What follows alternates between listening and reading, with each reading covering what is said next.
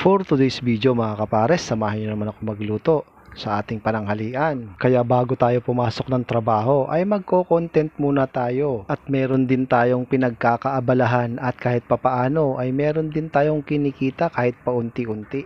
Kaya bilang service crew ay dito tayo kumukuha ng pambili natin ng ating mga lulutuin. Di ka naman talo sa ganitong content dahil kami rin naman ang kumakain ng aming niluluto.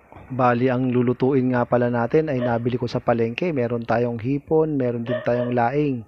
At syempre, samahan po natin yan ng luya pati na rin ang sibuyas. At sa tulad kong small content creator ay magtyaga-tyaga lang tayo. Enjoy lang tayo sa ating mga pinagkakaabalahan. Dahil balang araw ay magbubunga din ang ating mga ginagawa.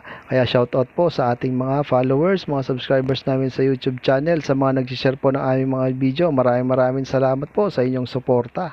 Kaya simulan ko nang magluto. Dito ko na nga ginisa yung ating taba ng baboy at dito ko na rin nilagay yung ating luya pati na rin ang ating sibuyas. At halu-haluin lang natin yan at kapag okay na to mga kapares ay lagay na rin natin yung ating sahog na hipon. At halu-haluin lang natin yan at kapag okay na to mga kapares ay pwede na rin natin yang iset aside. At pagkatapos naman ay susunod na natin yung ating gata. Tatakpan lang natin yan at aantayin natin kumulo. At makalipas nga ang ilang minuto at kumukulo na, saka na natin ilagay yung dahon ng gabi. At ayusin lang natin yan mga kapares. At pagkatapos natin tatakpan at makalipas ng kumulo ay maglalagay tayo ng patis. Kanya-kanya po tayo ng diskarte sa pagluluto ng laing at naglagay din po ako ng suka.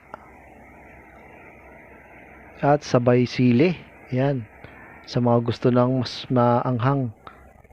At pagkatapos saka ko rin naman nilagay yung ating hipon.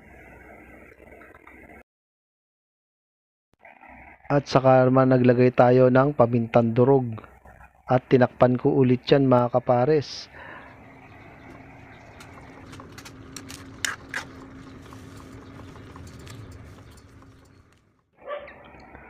At pagkatapos, lalagay na natin yung ating coconut cream.